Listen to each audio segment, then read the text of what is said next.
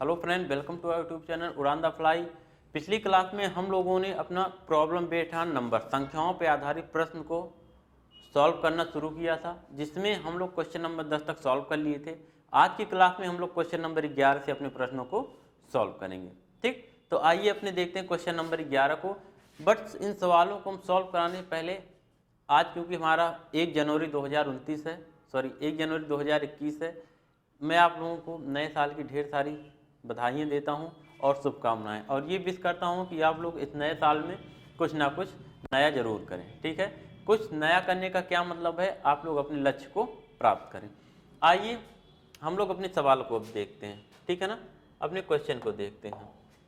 देखो सवाल क्या दिया गया है, किसी संख्या को 114 से भाग देने पर 21 शेष बचता है, उसी संख्या को 19 से भाग दिया जाए तो शेष क्या बचेगा। क्या क्वेश्चन दिया हुआ है, किसी संख्या को 114 से भाग देने पर शेष 21 बचता है, 21 शेष बचता है, उसी संख्या को 19 से भाग देने पर शेष क्या बचेगा। तो देखो ऐसे सवाल में हम लोग करते क्या हैं, बस इतना देखते हैं, क्या देखते हैं, बस इतना देखते हैं, इस शेष को पकड़ते हैं, यहाँ जो हमारा शेष है इसको हम लोग पकड़ते हैं, और इसको पकड़ने के बाद जिससे बाद में भाग देना होता है उसको पकड़ते हैं। देखो हम लोग सामान्यतः करके क्या है, प्रथम शेष में दूसरे भाजक का भाग देके चेक कर लेते हैं। प्रथम शेष हमारा क्या है, 21 है, पहली दशा में 21 शेष आ रहा था, फिर इसमें भाग किससे दिया जा रहा था, 19 का भाग दिया जा रहा था, तो इसी 19 का इस 21 में भाग दे देंगे और देखें कितनी बार जाएगा, 19 छक्के 19 और कितना 19 2 21, मतलब हम कह देंगे कि हमारा शेष कितना आया, 2 आया, रिमाइंडर हमारा क्या हो गया, 2 हो गया। ठीक है ना, ऐसे सवालों को ऐसे ही हम लोग लगाते हैं, इसी तरीके से ऐसे सवाल का आंसर हम लोग करते हैं। बात समझ में आ रही होगी। हमने क्या कहा, क्या करेंगे हम लोग कि सर ऐसे ये सवाल दिया हुआ है, हमारा जो शेष बचा होता है, जैसे 114 से भाग देने पर किसी संख्या को शेष 21 बचा, उसको 19 से अगर भाग दें तो शेष क्या बचेगा। देखो ऐसे सवाल में सामान्यतः होता क्या है, ये जो 19 है ना, अगर इससे ये 114 पूरा पूरा कट रहा होता है तो डायरेक्ट हम इस 19 का पहले वाले शेष में भाग दे देते हैं, और जो शेष बचता है भाई हमारा क्या बन जाता है, आंसर बन जाता है। ठीक है ना, तो यहाँ पे आंसर हमारा 2 बन जाएगा। बात समझ में आई। चलिए अब बढ़ते हैं अपने नेक्स्ट क्वेश्चन पे, अगले सवाल पे। अगला सवाल देखते हैं क्या है हमारा, सवाल नंबर 12। सवाल नंबर 12 में हमें क्या दिया है, देखो 12 में क्या कह रहा है, इसमें कहा है 6 क्रमागत प्राकृतिक संख्याओं में से पहली 3 संख्याओं का योग 27 है। 6 क्रमागत प्राकृतिक संख्याओं में से पहली 3 संख्याओं का योग कितना है, 27 है, और हमसे पूछा गया है बाद वाली, हमसे पूछा है तो शेष संख्याओं का योग कितना होगा। अब देखो 6 क्रमागत प्राकृतिक संख्याएं हैं आपकी, पहली प्राकृतिक संख्या, दूसरी प्राकृतिक संख्या, तीसरी, चौथी, पांचवी, छठवीं, इसी प्रकार से 6 हैं। आइए समझते हैं बातों को, चलिए देखते हैं।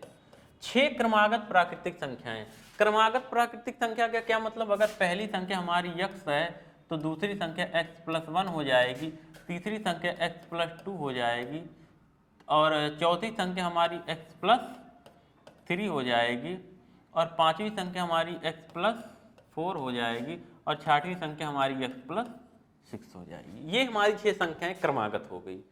ठीक है ना, सॉरी x+5 होगा, यहाँ पे x+5 हो जाएगा। ठीक, x+5 हो जाएगा। ये हमारी क्रमागत प्राकृतिक संख्या हो गई 6। इसमें कहा है पहली 3 संख्या का योग 27 है।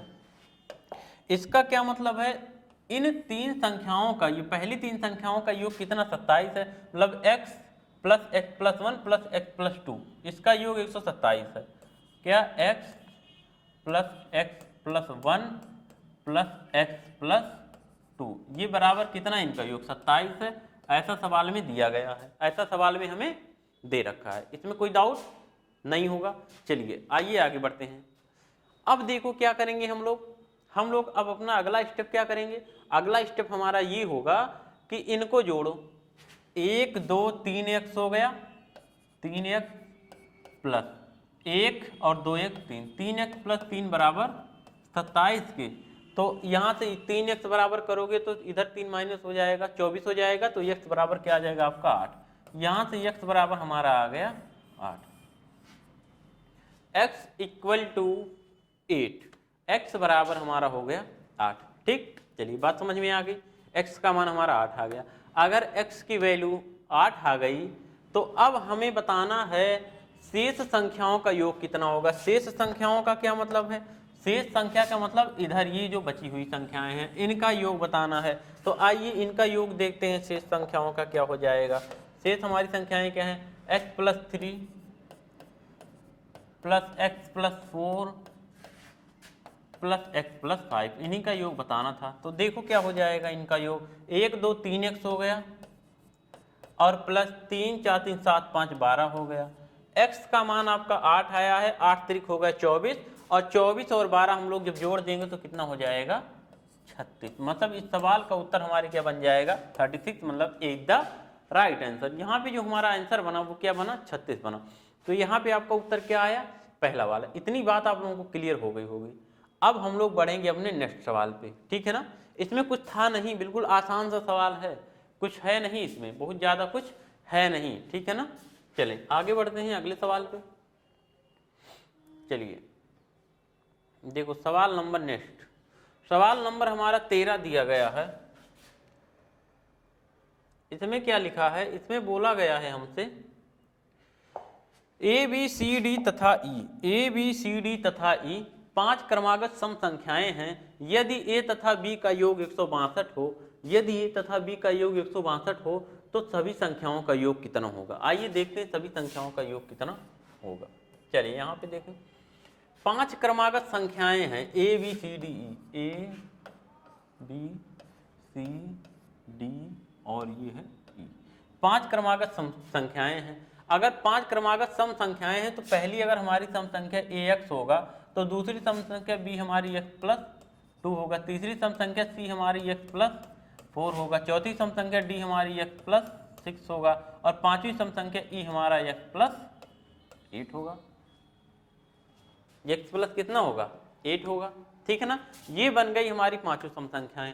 और क्या दिया गया है, यदि a तथा b का योग 162 है, a तथा b देखो कौन है हमारा, इतना है a तथा b, इन दोनों का योग 162 है। इसका क्या मतलब है, इसका मतलब x+x+2, यही तो दोनों का योग है, ये बराबर है 162 की। कितने के बराबर 162 के। अगर 162 की ये बराबर है तो देखो ये 2x बराबर उधर 2 माइनस हो जाएगा 160 हो जाएगा, तो x बराबर आपका क्या आ जाएगा यहाँ से x बराबर आपका हो जाएगा 80, x बराबर आपका आ गया 80, x बराबर आ गया कितना हमारा 80। अगर x का मान 80 आ गया तो हमें बताना क्या है, सभी संख्याओं का योग कितना होगा। सभी संख्याओं का योग हमें बताना है, तो आप सभी संख्याओं को जोड़ लो, 1x 2x 3x 4x 5x, सभी का योग देखो हमारा क्या आ गया 5x आया ना 5x।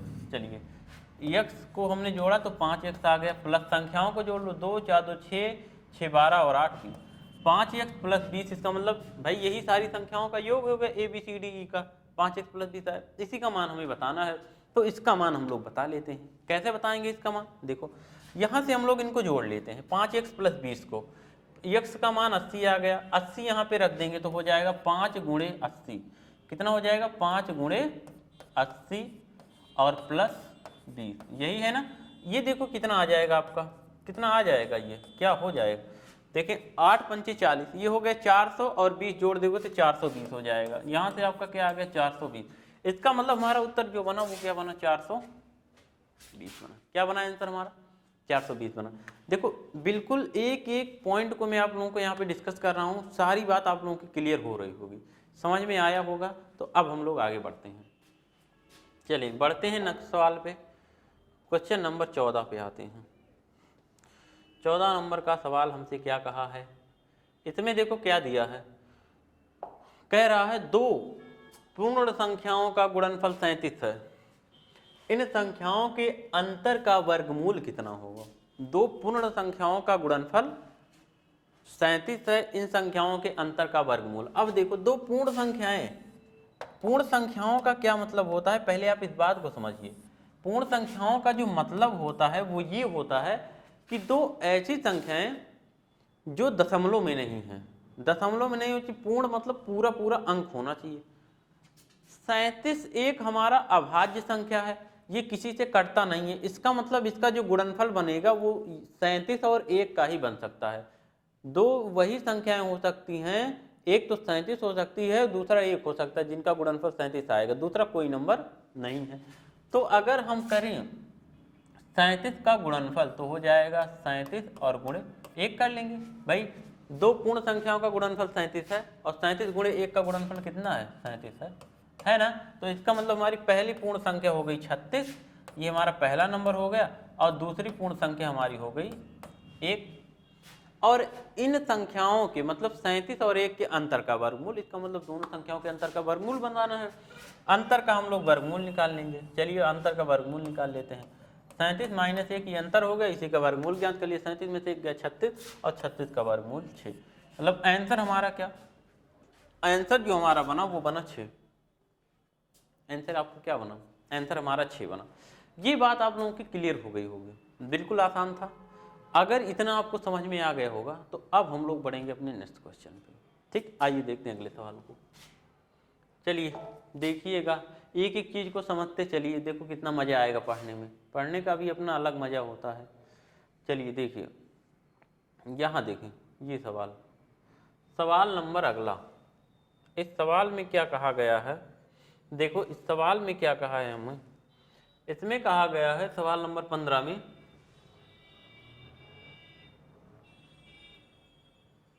चलिए देखते हैं क्या कहा है।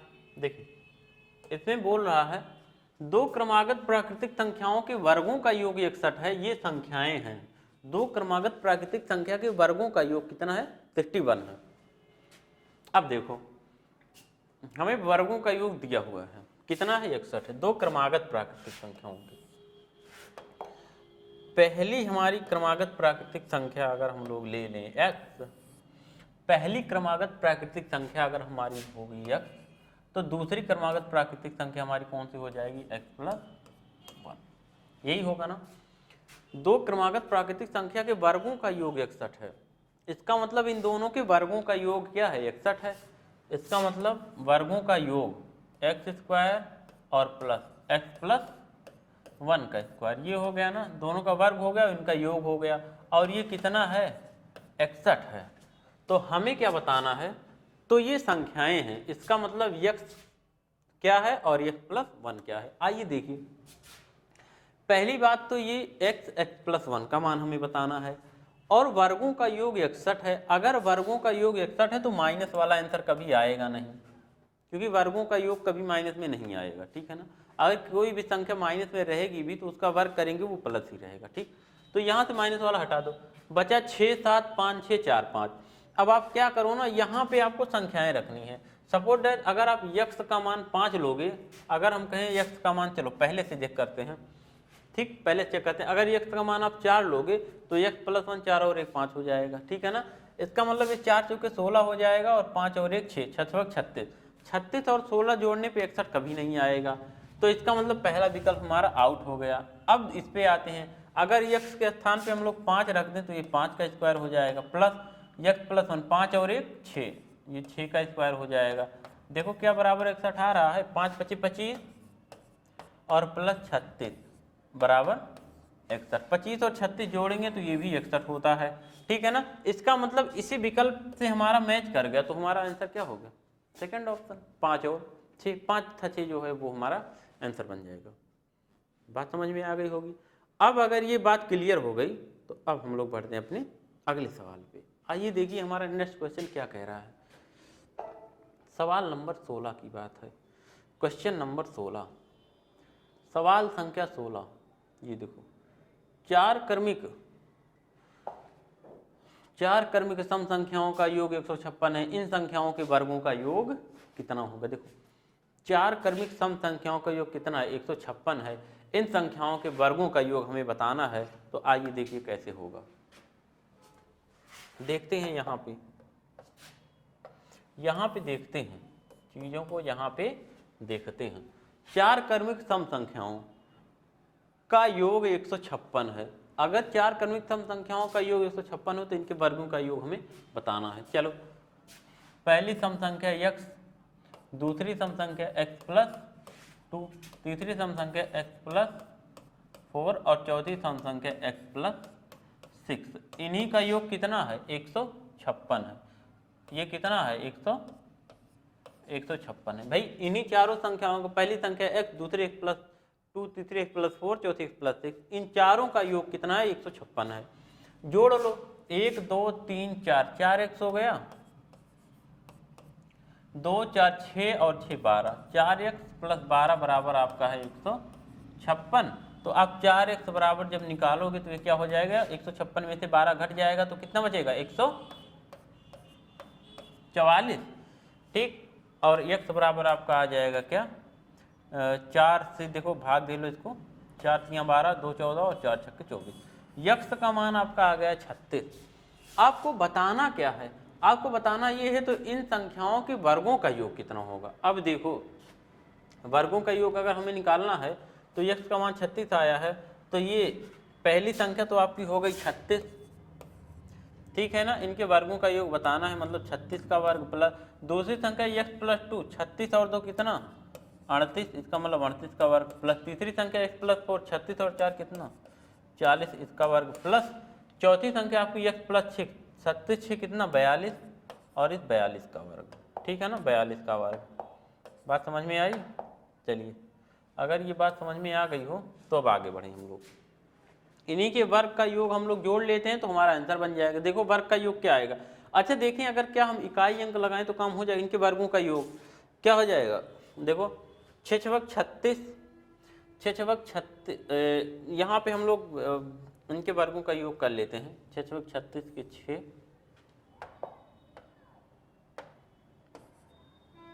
आइए देखिए वर्गों का योग कर लेते हैं। ठीक, इनका 36 का वर्ग कर लेना है, 38 का वर्ग कर लेना है, 40 का वर्ग कर लेना है, 42 का वर्ग कर लेना है, और वर्ग करने के बाद इन सबको आपस में जोड़ देना है। जोड़ने के बाद आप लोग मिला लेना इन्हीं चारों में से, पांचों में से, या तो इन चारों में से कोई आएगा, अगर इनमें से कोई नहीं आएगा तो आपका ऑप्शन बन ही जाएगा इनमें से कोई नहीं। इसको आप लोग सॉल्व कर लीजिएगा, इसको मैं यहाँ पे सॉल्व नहीं करूँगा, ठीक है ना। इतना कैलकुलेशन आप लोग खुद कर लेना। अब हम लोग बढ़ेंगे अपने नेक्स्ट सवाल पे। चलिए आते हैं अगले सवाल पे। सवाल नंबर 17, सवाल संख्या 17 में देखो क्या दिया है। कहा गया है दो सतत सम संख्याओं का गुणनफल। सतत का क्या मतलब है? क्रमागत। सतत हो या क्रमागत हो बात एक ही है। सतत हो या क्रमागत हो बात एक ही है, दोनों में कोई अंतर नहीं है। दो सतत सम संख्याओं का गुणनफल 688 है, सॉरी 6888 है। इन दोनों में से बड़ी संख्या कौन सी है? इन दोनों में से बड़ी संख्या कौन सी? देखो सवाल नंबर 17 में हमें ये बताना है कि दो क्या दिया है, दो सतत सम संख्याओं का गुणनफल हमें दे रखा है और इनमें से एक संख्या आपको दे रखी है। इनमें से एक संख्या आपकी क्या कर रखी है? दे रखी है, और आपको पूछा है अगली संख्या के बारे में। इसके बारे में हमें यहाँ पे बताना है कि हमारा जो आंसर बनेगा वो क्या बनेगा, ठीक है ना। सवाल नंबर 17। अब सवाल नंबर 17 में देखें आप लोग क्या हो जाएगा आपका। सवाल नंबर 17 में कितना आ जाएगा? देखो इसका मतलब दो सतत संख्याएं अगर हम ले लें, दो सतत संख्याओं का क्या मतलब है? अगर हमारी पहली संख्या जो है उसको हम लोग x मान लें और दूसरी संख्या, दो सतत सम संख्या की बात किया तो दूसरी हमारी कितनी हो जाएगी? x प्लस 2 हो जाएगी, और इन दोनों का गुणनफल कितना है? 6888 है। तो हमारा जो आंसर आएगा ना वो इन्हीं चारों में से किसी एक से मैच करेगा, ठीक है ना। इन्हीं चारों में से किसी एक से मैच करेगा, और जिससे मैच कर जाएगा वही हमारा क्या हो जाएगा? आंसर हो जाएगा। बात समझ में आई? वही हमारा क्या हो जाएगा? आंसर हो जाएगा। आइए इसको हम लोग सॉल्व करते हैं, देखते हैं क्या आएगा। चलिए यहां से देखो, चलिए देखते हैं। दो सतत सम संख्या है, अगर हमने कहा पहली सम संख्या x ले लो तो दूसरी सम संख्या क्या आपकी हो जाएगी? x प्लस 2 हो जाएगी, और इन दोनों का गुणनफल कितना है? 6888 है। तो हमें इन दोनों में से बड़ी संख्या का मान बताना है कौन सी है, ठीक है ना। बड़ी संख्या का मान बताना है। अब देखो बड़ी संख्या का मान बताना है तो आप क्या करोगे? x के स्थान पर कोई ऐसी संख्या रखो कि इन दोनों का आपस में गुणा करने पे इतना हो जाए। तो देखो आप अगर x के स्थान पे 84 रख दोगे ना तो ये x का मान हो जाएगा यहाँ पे 84, और x प्लस 2, 84 और 2 कितना हो जाएगा? 86। 84 86 रखने पे क्या उतना आ जाएगा? नहीं आएगा, नहीं आएगा, बिल्कुल नहीं आएगा। 84 रखोगे, 84 2 86 हो जाएगा, आएगा नहीं। चलिए इसको हटाते हैं, दूसरी संख्या रखते हैं। दूसरी संख्या रखते हैं, क्या रखें दूसरी संख्या? 78 रख देंगे तो 80 हो जाएगा, तो भी नहीं आएगा। 82 रखेंगे तो 84 हो जाएगा। देखो आइए हम लोग ऑप्शन नंबर सेकंड रखते हैं, 82 और 84। अगर यहाँ पे x का मान 82 रखेंगे तो x + 2 कितना हो जाएगा, 84 हो जाएगा। कितना हो जाएगा, 84 हो जाएगा। क्या इन दोनों का गुणा करने पे देखो उतना आ रहा है, 82 × 84, 82 और 84 का हम लोग गुणा कर लेते हैं। देखो 4 दूना 8 और 8 चौके कितना 32, 8 दूनी 16 के 6 1, 8 है 64 और 1 65। देखो 8 6 2 8 5 3 8 और ये 6 आया ना, आया कि नहीं आया, आ गया। इसका क्या मतलब है, इसका ये मतलब है कि हमने इसको गुणनखंड बनाने से अच्छा है ऑप्शन से एक एक वैल्यू उठा के चेक कर लिया। तो जब चेक किया तो हमारा सेकंड वाला 82 रखने पे आंसर आ गया। अगर x का मान 82 रखेंगे तो x + 2 84 हो जाएगा, दोनों का गुणनफल इतना आ जाएगा। इनमें से हमें दोनों में से बड़ी संख्या पूछा था, तो बड़ी संख्या का मान आपका क्या आया, बड़ी संख्या जो हमारी आई यहाँ पे ये आंसर नहीं है, हमसे बड़ी संख्या पूछा है, ये तो छोटी संख्या है। अगर बड़ी संख्या पूछा है तो हमारा 84 क्या हो जाएगा, आंसर हो जाएगा, ठीक है ना। अगर बड़ी संख्या नहीं दिया है तो हमारा आंसर इनमें से कोई नहीं हो जाएगा। इतनी बात समझिए, अगर बड़ी संख्या नहीं दिया है तो जो हमारा आंसर आएगा वो क्या आएगा, इनमें से कोई नहीं। स्पष्ट है। चलिए अब ये हो गया। क्वेश्चन नंबर 18 पे बढ़ते हैं। बिल्कुल आसान सा सवाल था, कुछ ज़्यादा था नहीं इसमें। चलिए यहाँ पे आते हैं। 18 नंबर का सवाल आप लोग देखो, एक संख्या के वर्ग का 2 गुना उस संख्या के 11 गुने से 21 अधिक है, वह संख्या कौन सी है। आइए देखते हैं। एक संख्या के वर्ग का 2 गुना, कोई संख्या हम लोग मान लेते हैं x है, इसके वर्ग का अगर हम 2 गुना कर दें तो संख्या के 11 गुने से 21 अधिक है। तो ये मान जो इसका आएगा ना, वो इस संख्या के 11 गुने से, मतलब 11 गुणे x से कितना अधिक है, 21 अधिक है। देखो कैसे बनाया जाता है। कहा है एक संख्या हमने मान ली, कोई संख्या हमारी x थी, संख्या के वर्ग का 2 गुना, संख्या के वर्ग के मतलब x के वर्ग का 2 गुना, ये हो गया। संख्या के 11 गुने से संख्या हमारी x थी, x का 11 गुना, ये हो गया। 21 अधिक है, ये वाला 21 अधिक है, तो इसमें से इसको घटाएंगे 21 आएगा ना। चले अब देखो, ये हो गया 2x² माइनस 11x, और इसको 21 को इधर लाएंगे तो -21 बराबर क्या हो जाएगा, 0 हो जाएगा। ये आपका गुणनखंड बन जाएगा। तो आप यहाँ से गुणनखंड भी कर सकते हैं। क्या कर सकते हैं, यहाँ से गुणनखंड आप बना लो इसका। अब देखो 11, 7 × 21 और 7 × 10, तो देखो क्या आएगा, यही तो है, 21 ही तो दिया है। 11 गुने से 21 अधिक है, कि एक संख्या के वर्ग का 2 गुना उस संख्या के 11 गुने से 21 अधिक है।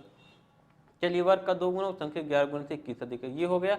ये 2x² हो गया, ये 11x और 21 इधर आ गया। तो 7 × 21 और 7 × 10 होता है 11, आएगा नहीं। तो कैसे आएगा, यहाँ पे देखो, यहाँ पे चीजें हो नहीं पा रही हैं। ऑप्शन से चेक कर लें क्या, वह संख्या कौन सी है, ऑप्शन से चेक कर लेते हैं। आइए ऑप्शन से चेक कर लेते हैं, ऑप्शन से चेक कर लेते हैं। चलिए ऑप्शन से इतना ना करके ऑप्शन से हम लोग चेक कर लेते हैं। x के स्थान पे, चलो अगर x का मान हम लोग 4 मान ले तो x का स्क्वायर ये हो जाएगा, मतलब 4 का स्क्वायर 16, और 16 और दूनी 32, और माइनस अगर x का मान 4 लेंगे तो 11 चौके 44। क्या 32 में 44 जाएगा, 21 आएगा, कभी नहीं आएगा। तो इसको हटाओ, खत्म। अगर ये खत्म तो अथवा करके 7/2 भी नहीं लेंगे, तो ये पूरा विकल्प खत्म।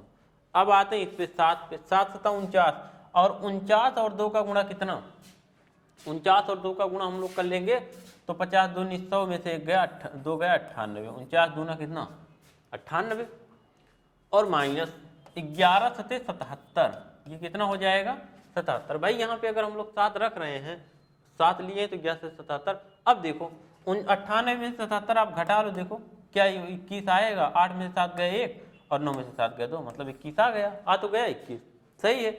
इसका मतलब x का मान हमारा 1 7 हो जाएगा, x का मान हमारा 1 क्या हो जाएगा, 7 हो जाएगा। अगर ये यहाँ पे हम लोग 7 रख देंगे तो भी हमारा काम बन जाएगा। अच्छा 7 21 दूनी 42, 7 × 6 = 42 होता है, 7 × 6 = 13 होता है, 21 दूना 42 अगर हम लोग करते तो क्या होता। चलिए कुल मिला के हमारा ये रखने पे आंसर आ रहा है ना, तो 7/2 मतलब 7, क्योंकि ऑप्शन में आपके और कुछ दिया नहीं गया है, ठीक है, इनमें से कोई नहीं है नहीं, तो यहाँ पे हमारा ये मिल रहा है, तो इसलिए हम लोग कह देंगे चलो 7 वाला रखने पे हमारा क्या आ जाएगा, आंसर आ जाएगा। ठीक है ना, कोई समस्या नहीं है इसमें, इतनी बात हो गई। चलिए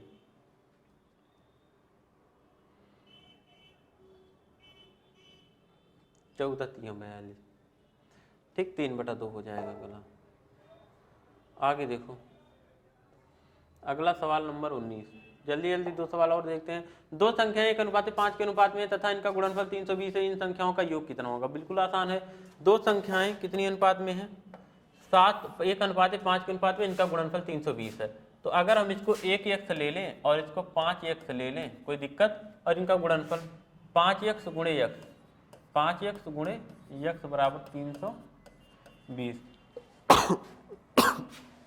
सॉरी, चलिए इतना हो गया। तो ये हो गया 5x² बराबर 320। तो x² बराबर आपका क्या आ जाएगा? 5 से आप काट दो, 5 छक्के 30 और 5 चौके 20, 64। तो x बराबर आपका आ गया 8। देखो क्या बताना था हमें, इन संख्याओं का योग कितना होगा? अगर एक संख्या आपकी 8 है तो दूसरी संख्या 5x है, मतलब 8 पंचे 40 है, तो 40 और 8 का योगफल क्या आ जाएगा? 48। आपका जो आंसर बनेगा क्या बन जाएगा? चौथा वाला, कितना? 48 बन जाएगा। ठीक, बात समझ में आई? चलिए अब हम लोग आते हैं क्वेश्चन नंबर 20 पे। क्वेश्चन नंबर 20 को भी तुरंत देख लेते हैं। चलिए सवाल नंबर 20 देखें क्या दिया गया है। इसमें तो डिजाइन बन गई है सवाल में, ठीक, सवाल में क्या बन गया है? डिजाइन बन गया है। चलिए कोई बात नहीं, डिजाइन से हमसे मतलब नहीं है। समय कितना हुआ? चलिए आइए फटाक से इसको भी देखते हैं। दो संख्याएं किसी तीसरी संख्या के से क्रमशः 30% तथा 40% अधिक हों तो पहली संख्या दूसरी संख्या से कितने परसेंट का कितने परसेंट है? बहुत ही आसान सवाल, इसमें कुछ करना नहीं है। इसको आप लोग एक बार ट्राई कीजिएगा, इस सवाल को एक बार ट्राई कीजिएगा। इसको हम लोग कल पढ़ेंगे, ठीक है ना? आज इतना ही पढ़ते हैं, इसको अपने हम लोग नेक्स्ट क्लास में पढ़ेंगे। तब तक के लिए जय हिंद।